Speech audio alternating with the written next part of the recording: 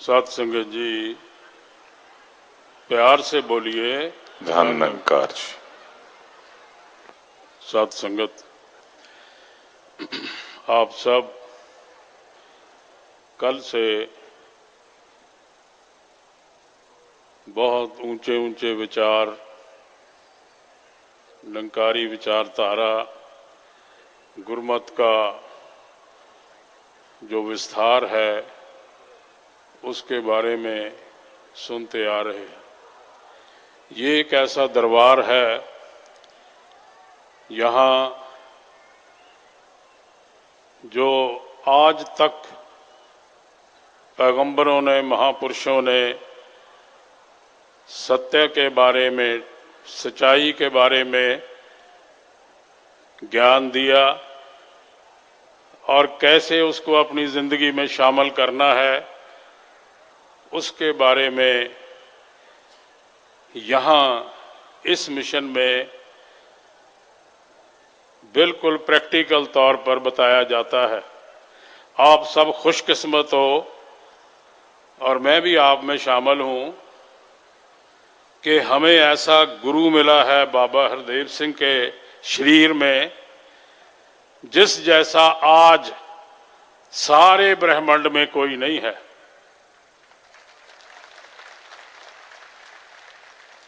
सतगुर तुल ना हो बई खोज डिठा ब्रह्मांड, ये पहले ही कहा उन्होंने। तो हर व्यक्ति चाहता है कि मुझे बेस्ट से बेस्ट चीज मिले, आइडियल, आदर्श, उससे बेहतर ना कोई और चीज हो। और आपको सबसे बेस्ट गुरु मिला है बाबा हरदेव सिंह। हम सब, हर व्यक्ति इस ब्रह्मांड का एक हिस्सा है।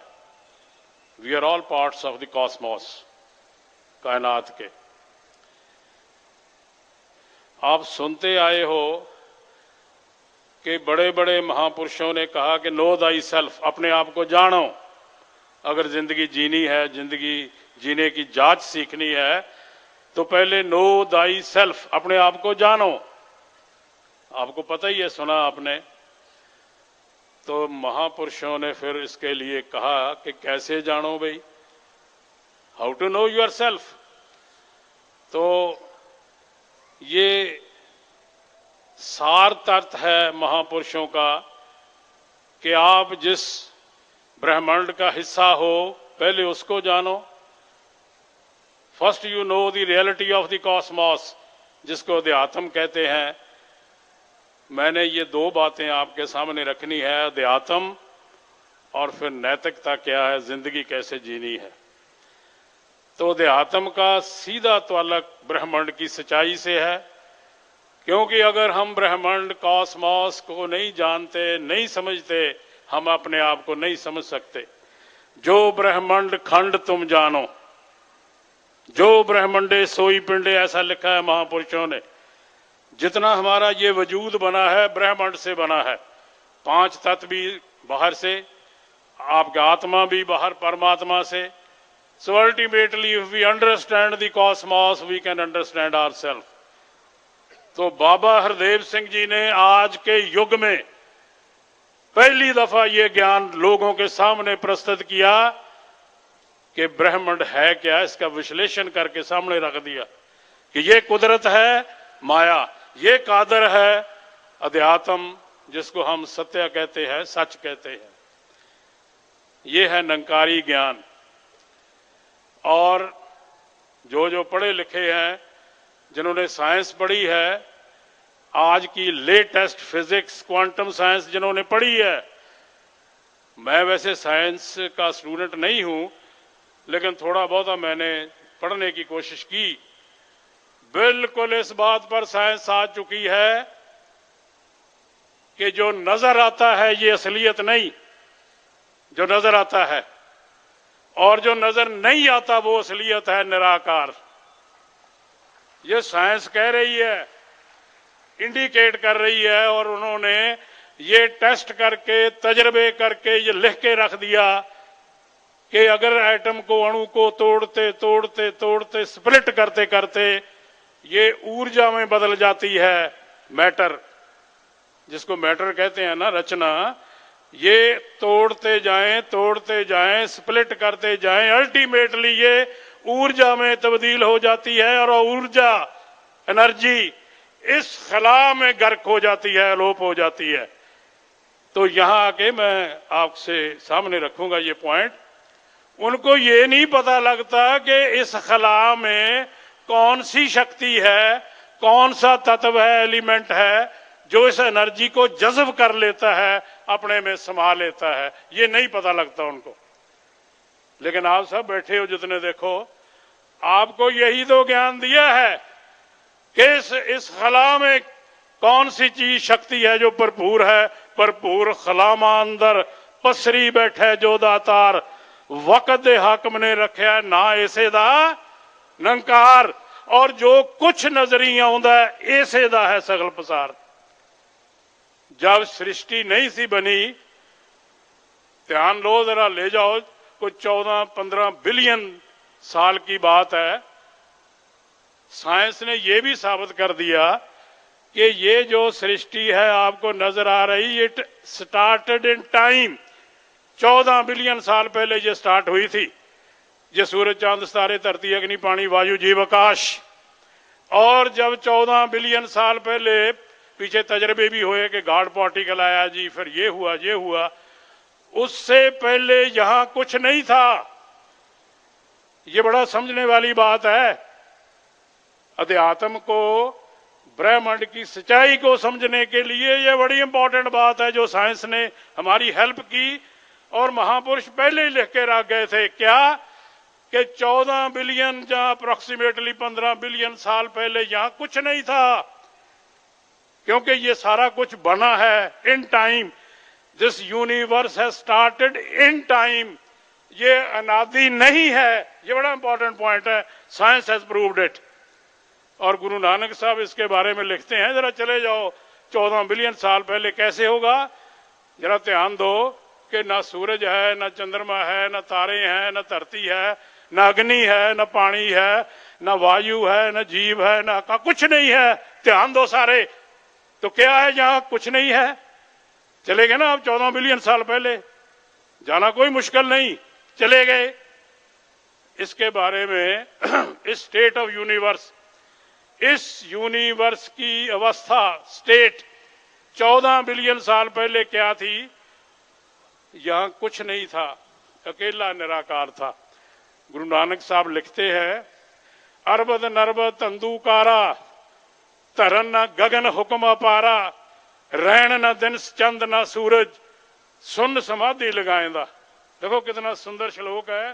सारी क्वांटम साइंस लिख के रख दी कि 14 बिलियन साल पहले उन्होंने कह दिया अरबद नरबद तंदुकारा, भी अरबों खरबों साल पहले जहां कुछ नहीं था। जरा ध्यान दो कि ना सूरज है, ना चंद्रमा है, ना तारे है, ना रात है, ना दिन है। तो हम कहें यहां जी अंधेरा, अंधेरा भी नहीं, ना रोशनी है ना अंधेरा है, क्या है फिर? सोचो सारे बैठे हो, ध्यान में लाओ। वो स्टेट ऑफ द यूनिवर्स निराकार ये था। फिर इससे वो गॉड पार्टिकल जिसका जिक्र पीछे आपने सुना, इससे प्रकट हुआ बिग बैंग। फिर उसे एक्सपैंड कर गया, सारा यूनिवर्स बन गया। और फिर ये सारा कुछ जो आप देख रहे हो फिर बना। तो अगर आप ब्रह्मांड को समझना चाहते हो, सारी डिटेल हम समझना चाहते हैं, तो इस स्टेट ऑफ यूनिवर्स निराकार को समझना होगा। और इसका ज्ञान आज बाबा जी देते हैं कि what was that state of universe, वो निराकार है क्या था, इनके पास ज्ञान है। और ये एक क्षण में दे देते हैं, आपको तो पता ही है इस बात का। और फिर जब ये सृष्टि बन गई, समाज होंद में आया, तो लोग रहने लगे। शुरू में तो ठीक होगा, मुझे तो पता नहीं, बाबा जी कभी बताएंगे। लेकिन फिर हालात ऐसे हो गए, ह्यूमन रिश्ते इस तरह से विशिएट हो गए, आदमी आदमी से मुकाबले में आ गया, नफरत निंदा सब कुछ पैदा हो गया। Everything started. वो आपको पता ही है, पता नहीं कैसे हो गया, पर देखो जरा, समझने वाली बात है। तो फिर सतगुरु को, इसी निराकार को सतगुरु का रूप लेकर आना पड़ा समय समय से, जिसको धर्म की हानि कहते हैं। जब रिश्ते, ह्यूमन रिश्ते, इंसानी रिश्ते जब या तो किसी ग्रीड, लालच पर आधारित होते हैं, जहां किसी से कोई चीज की, किसी से डर लगता है, आइदर फियर और ग्रीड। सोचो जरा, आप बैठे हो सारे, हमने, क्योंकि आप ही हो आज दुनिया को सेध देने वाले। आज ह्यूमन रिश्ते, इंसानी रिश्ते जहां तो लालच पर आधारित हैं, जहां डर पर आधारित हैं, तीसरी बात तो नजर आ नहीं रही। इसलिए रिश्तों को चेंज करना, प्यार की बात हो रही थी ना, प्यार होती रहती है। अब नैतिकता कहती है कि रिश्ते ठीक रखो, वो नहीं कहते कि गलत रखो। नैतिकता, दो तरह की नैतिकता होती है, एक तो लोगों की बनाई हुई नैतिकता, मोरालिटी, एक जो गॉड से बनती है और सतगुरु वो बख्शिश करता है, नैतिकता, मोरालिटी, कि ये करो ये ना करो। तो आप सब जानते हो कि जो पाप है, पुण्य है, ये चंगा है, ये माड़ा है, ये अच्छा है, ये बुरा है, ये भी एक मोरालिटी है जो हर समाज में अपनी होती है। लेकिन इस समाज की जब कोई भी नैतिकता की बात करता है तो आप सब जानते हो कि हर समाज की, हर मुल्क की, हर समय की, हर व्यक्ति की अपनी अपनी नैतिकता होती है, अपना अपना स्टैंडर्ड होता है, और इसी तरह से वो चलते हैं। इससे वो एक दूसरे से एकता, प्यार की आप आस नहीं रख सकते। मैं ऑर्डिनरी मोरालिटी की बात करता हूं, नैतिकता की। इसलिए सतगुरु को आना पड़ता है।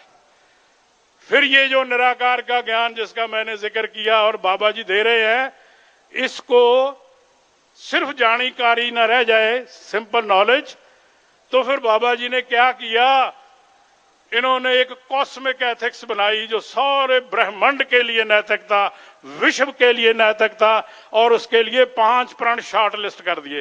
5 प्रण, 5 प्रण वो नैतिकता है, नैतिकता का वो आधार है जो इस स्पिरिचुअलिटी, इस ज्ञान, इस ब्रह्म ज्ञान और इस अध्यात्मक जो ये फिलॉसफी है, इस पर आधारित 5 प्रण। और उनमें सारी कुल कायनात के पैगंबरों का जब से चले आए, हजरत इब्राहिम से लेकर, वेदों से लेकर, टोटल बटा टोटल निचोड़ निकाल कर 5 प्रण रख दिए सामने कि कोई मुश्किल ना आए। 5 प्रण। इसलिए अगर किसी ने चलना है, आज के युग में नैतिकता का आधार बनाना है, तो वो 5 प्रण पहले ज्ञान ले कि what is the truth of the universe, ब्रह्म क्या है, कहां से हम पैदा हुए, जिसका निराकार का मैंने जिक्र किया, और फिर कैसे चलना है इस निराकार के मुताबिक, क्योंकि निराकार ही है हमारा मालक। जैसा निराकार उसी तरह से हम चलेंगे, क्योंकि जो मालक है यूनिवर्स का, उसके मुताबिक ही जो पार्ट्स होते हैं, जो उसके बनाए होते हैं, वो चलते हैं। तो 5 प्रण सामने रख दिए, बना दिए। आप सब जानते हो 5 प्रण, मैं सरसरी तौर पर बोल देता हूं। पहला प्रण कि आप thou shalt not be proud of anything, आपको जो भी मिलता है तन मन तन, इसका आपने अहंकार नहीं करना, अहम नहीं करना। क्यों? क्योंकि सारी चीज तो बख्शिश है, कृपा है। कोई भी तन मन तन अपने आप नहीं लेकर आता है। Everything is given, donated, given, blessed by the universe, by God. निराकार से सारा कुछ बनता है, मिलता है। हमारा तो वही कुछ नहीं, मेरा मुझ में कुछ नहीं, जो कुछ है सो तेरा, तेरा तुझको सौंपया क्या लिया मैं। We are all trustees. और सबसे बड़ी बीमारी है ईगो, हम में अहंकार, जो हमें ब्रह्मांड से काट देती है, तोड़ देती है, लोगों से दूर कर देती है। और जब हम, कोई भी समझता है कि मैं कुछ हूं, अहंकार, अज्ञानता, और जब हम कुछ हैं तो हम इस निराकार से टूट जाते हैं, ब्रह्मांड के खिलाफ हो जाते हैं। सबसे बड़ी नफरत अगर निराकार परमात्मा को है, अहंकार से। हर जी अहंकार ना पावई, वेद कूक सणा में। इसलिए बेसिक जो डिजीज है वो है अहंकार की। इससे सारी बीमारियां चलती हैं। इसलिए बाबा जी ने पहला प्राणी ये रखा है कि आप अहंकार नहीं करोगे, कुछ नहीं है, क्योंकि है ही नहीं यहां कुछ सिवाय निराकार के। और जिसको आप कुदरत कहते हो वो भी निराकार का ये प्रगटा है। जो कुछ दिसदा नजर नहीं आउंदा इसे दा है सगल पसार। समुद्र से लहरें उठती हैं, तरंगें उठती हैं, वो भी समुद्र होती हैं। जलते उपज तरंग से जली माए समाए, जलते तरंग तरंग ते जल कहन सुन को दूजा। ऐसे नजर आता है कि अलग है, कुछ नहीं है अलग, यहां सिवाय निराकार के कुछ नहीं। इसलिए अगर हम कुछ समझते हैं अपने आप को, then we infringe the basic principle of the universe. ब्रह्मांड का जो बेसिक असूल है कि सिवाय निराकार के यहां कुछ नहीं, उसको उससे बचाने के लिए बाबा जी ने पहला प्रण कि आप अहंकार नहीं करोगे, हौमे नहीं करोगे किसी चीज का, सब बख्शिश है, कृपा है। दूसरा, हम सब इंसान हैं, इंसान ही है जो बनाया निराकार ने, और तो कुछ बनाया नहीं, सब आदमी ने बनाया अपना आप। इसलिए जात मजहब ते रस्म रवाजा रब ने कोई बनाए नहीं। हिंदू मुस्लिम सिख ईसाई रब ने झगड़े पाए नहीं।